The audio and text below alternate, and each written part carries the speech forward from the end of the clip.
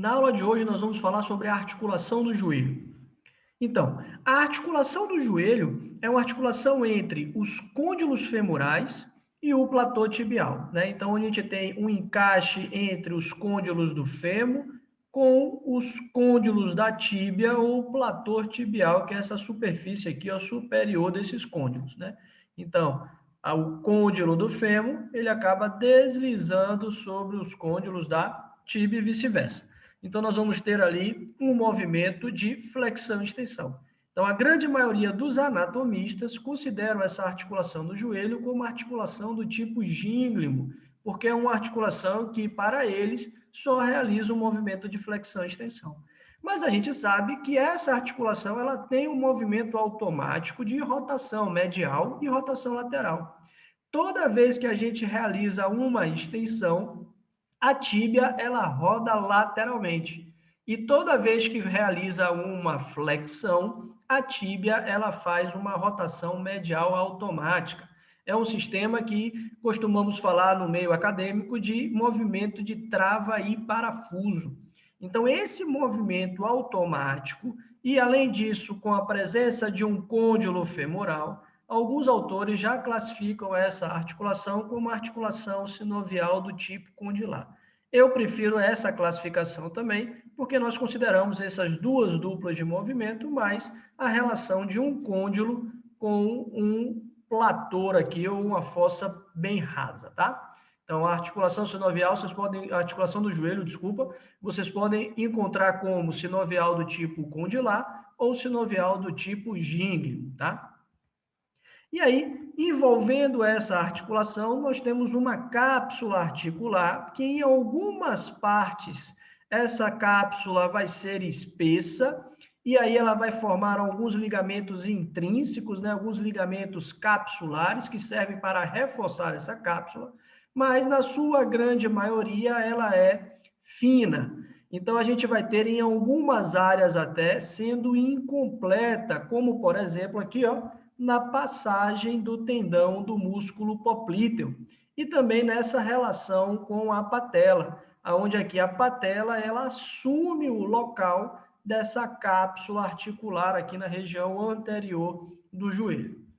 Então nós vamos ainda encontrar dentro da articulação do joelho alguns recessos dessa cápsula que nós vamos chamar de plicas sinoviais. Então a gente tem aqui, por exemplo, a plica medial, que geralmente é a que mais complica, porque às vezes ela pode ser um pouco maior e durante o movimento de flexão e extensão ela pode ser pinçada e isso pode gerar um processo inflamatório, mas nós vamos ter ainda uma plica suprapatelar, uma plica lateral ou uma plica aqui, ó, infrapatelar. Mas geralmente a que dá mais problema, por ser um pouco maior, muitas vezes, é a plica medial, gerando um processo inflamatório nessa região. Uma outra condição que nós podemos encontrar por uma fragilidade dessa cápsula articular na sua região posterior, ou uma conexão com uma bursa na região posterior do joelho, é o que nós chamamos de cisto de Baker, ou cisto poplíteo sinovial. Então, quando o paciente tem uma lesão ou aumento da pressão intraarticular, com aumento de líquido, uma coleção de líquido, pode haver um extravasamento desse líquido para esse cisto na região posterior do joelho, causando um certo desconforto ou um certo incômodo no paciente, né? Então, aqui a gente tem um cisto bem clássico e fácil de se avaliar. Às vezes é somente através das imagens de ultrassonografia, para ter a certeza da presença desse cisto quando o paciente chega ao consultório reclamando de dores nessa região posterior do joelho. Nós vamos ter ainda bursas sinoviais, né, entre as extremidades ósseas e os tendões. Nós temos algumas aqui na região do joelho que, porventura, podem inflamar, causando o que nós chamamos de bursite. Então, nós vamos ter uma bursa acima da patela, que é a bursa suprapatelar. Nós vamos ter uma bursa na região inferior da patela, que é a bursa infrapatelar, que pode ter essa aqui superficial e a presença dessa aqui um pouco mais profunda. Nós vamos ter uma bursa pré-patelar, que está logo à frente da patela, como o próprio nome já diz, e uma bursa lá no músculo do gastrocnêmio, entre o músculo do gastrocnêmio e o osso do fêmur, que é a bursa do gastrocnêmio. Qualquer uma delas pode apresentar um processo inflamatório e ser alvo de dor na articulação do joelho.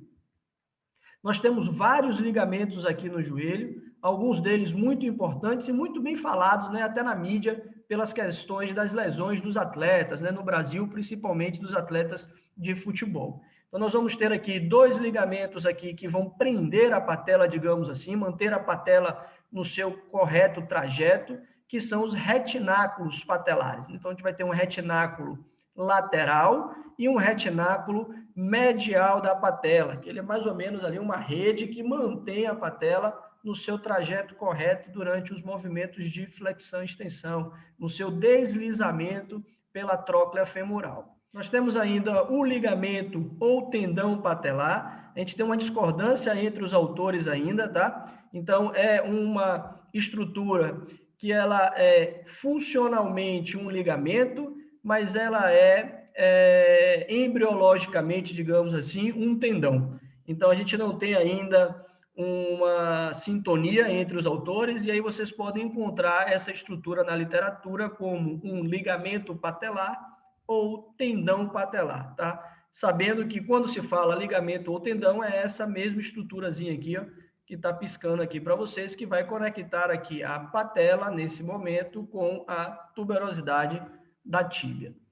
Nós temos 2 ligamentos importantíssimos na parte interna do joelho, né, que são ligamentos intrínsecos do joelho, e esses ligamentos eles acabam se cruzando e por isso são chamados de ligamentos cruzados, um na região anterior e um na região posterior, que é o ligamento cruzado anterior e o ligamento cruzado posterior, conhecido como LCA e LCP. Então aqui nós temos o ligamento cruzado anterior e o ligamento cruzado posterior.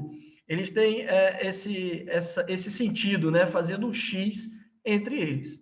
O ligamento cruzado anterior ainda, a gente pode dividir em 2 bandas.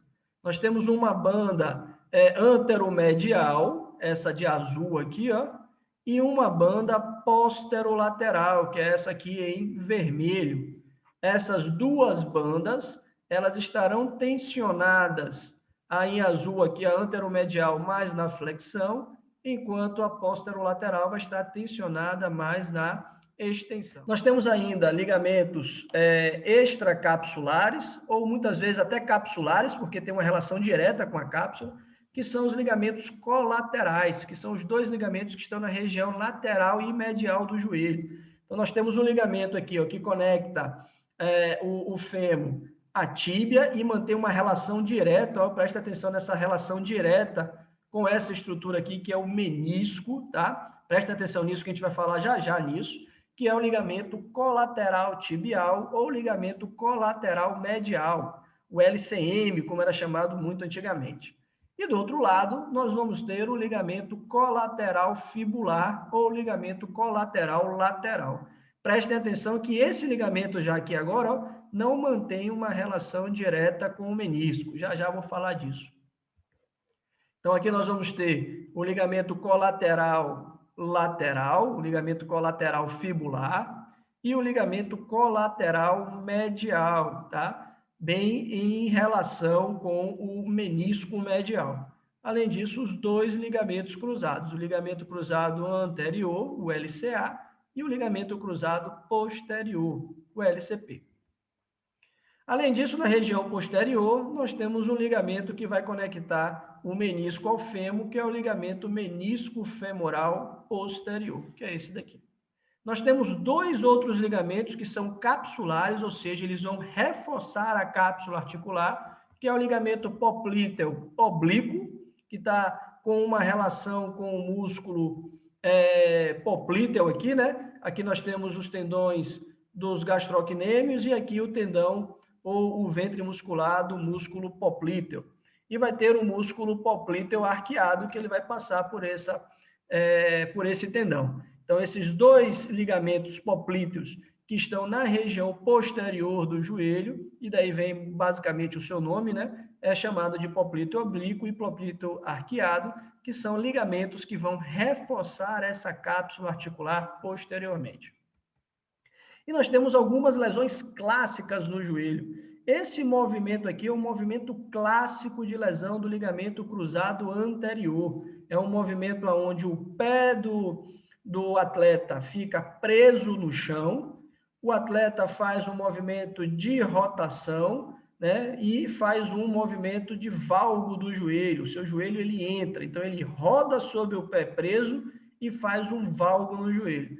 Então isso daqui acaba gerando um estresse excessivo no ligamento cruzado anterior e é um mecanismo clássico de lesão do LCA. Assim como os traumas, né, com o pé preso no chão, os traumas laterais, também vão gerar um valgo por causa do trauma aqui nesse momento e o pé preso no chão com mecanismo rotacional.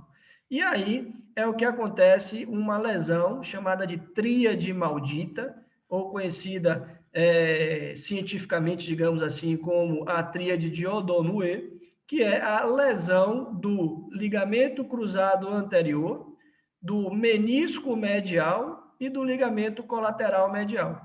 Então, essa relação que eu falei lá anteriormente ali, ó, do colateral medial com o menisco medial, muitas vezes, quando esse ligamento se rompe, ele acaba trazendo, né, digamos assim, beliscando um pedaço do menisco também. Então, essa lesão, essa tríade de lesão do LCA, LCM e do menisco é uma lesão extremamente grave e que demora um certo tempo para a sua recuperação também. Ainda tem essas lesões complexas de ligamento, né, com os traumas anteriores na articulação do joelho, ou essa lesão aqui também, que tem uma lesão multiligamentar, que é uma lesão que vai acabar levando quase todos os ligamentos do joelho, né? O LCA, o LCP e os dois colaterais também, muitas vezes, acabam sendo lesionados. Além disso, ainda pode ter uma lesão do ligamento patelar, essa lesão clássica aqui do Ronaldo Fenômeno, onde o ligamento patelar dele se rompe, e esse caroço aqui, ó, que a gente está vendo aqui na articulação do joelho, ó, nada mais é do que a patela, né? Que o músculo do quadríceps puxando essa patela para cima, já que ela perdeu a sua inserção. Então, aqui é uma lesão do ligamento patelar, uma lesão extremamente grave, mas que o Ronaldinho conseguiu fazer uma boa recuperação e ainda trouxe uma Copa do Mundo para nós aqui, né?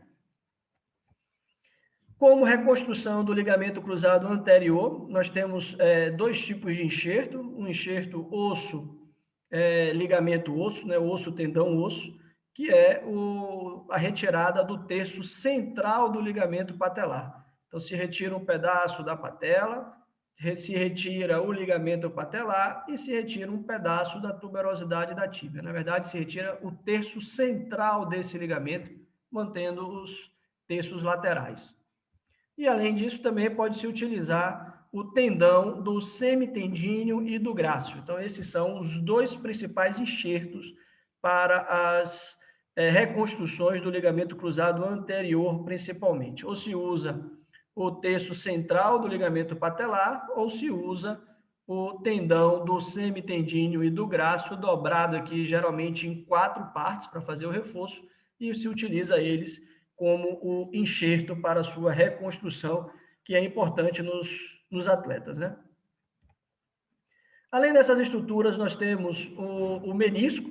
Na verdade, são dois meniscos, né? Um de cada lado, um lateral e um medial. Esses meniscos, eles são importantes, além de aumentar a congruência, eles acabam aumentando a área e, consequentemente, dissipando a força, né?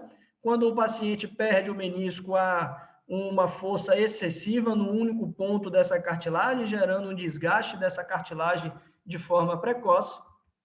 E aí nós temos aqui um menisco lateral um pouco mais fechado, né? Um formato de um ser um pouco mais fechado, enquanto o menisco medial, ele é um menisco que é um pouco mais aberto. Então, reparem aqui, ó, a relação com o ligamento colateral medial, uma relação muito íntima desse menisco medial. Aqui nós temos o LCP, então aqui é a parte posterior do joelho, e o LCA com a parte anterior e a patela aqui na sua região anterior, né? O ligamento patelar aqui, que esse corte é um pouco mais abaixo. Então, aqui nessa outra imagem, a gente tem uma peça cadavérica, o menisco medial, é um C mais aberto, né? Uma meia-lua mais aberto, e o menisco lateral, que ele é um pouco mais fechadinho aqui, tá? O menisco ele pode se lesionar de várias maneiras, então tem várias lesões e tipos de lesões no menisco, e cada lesão dessa pode ter um enfoque diferente. Podem ser feitos 2 tipos de cirurgias para o reparo dessa lesão meniscal. Pode ser feita uma menissectomia, parcial ou total, né, quando é a retirada total ou parcial desse menisco, ou pode-se tentar preservar o menisco através de suturas, um reparo através de suturas. Quando se retira o menisco todo, há-se a possibilidade de se desenvolver uma artrose precoce, mas o tempo de recuperação é menor. Quando se faz um reparo, na tentativa de preservar o menisco, tenta-se impedir o surgimento de uma artrose precoce, mas, entretanto, o tempo de recuperação ele é muito maior. E isso precisa ser avaliado com o paciente e com a equipe multidisciplinar para saber que medida e que tipo de cirurgia vai ser feito naquele menisco lesionado, tá? Ainda temos na articulação patelofemoral. Quando a gente fala articulação do joelho, anatomicamente, propriamente dito, é a articulação entre o fêmur e a tíbia, mas a gente não pode esquecer dessa articulação entre a patela e o fêmur, que é uma articulação que vai funcionar no complexo do joelho. Então, essa articulação patelofemoral, ela não entra propriamente dito na articulação do joelho, mas ela entra no complexo do joelho e precisa ser também avaliada tanto quanto a gente avalia a articulação do joelho. Então, nós temos aqui uma articulação patelofemoral, é uma articulação sinovial do tipo plana, entre a face articular da patela e a face patelar do osso do fêmur, onde vai acontecer somente um movimento de deslizamento durante a flexão e extensão. É uma estrutura importantíssima porque ela acaba aumentando a força e potencializando a força do músculo do quadríceps. Reparem a força que ele faz quando tem a patela e reparem a força que ele precisa fazer para realizar a extensão do joelho quando não tem essa patela. Então, a patela ela é importantíssima por questões de aumento de força do quadríceps. É isso aí. Espero que tenham gostado dessa aula do joelho. E você é o único representante do seu sonho na face da Terra. Se isso não fizer você correr, meu chapa, eu não sei o que mais vai fazer, tá? Então não adianta a gente colocar as responsabilidades nos outros, vamos assumir as nossas responsabilidades e vamos correr atrás dos nossos sonhos, dos nossos objetivos. Grande abraço a todos, gratidão, até a próxima.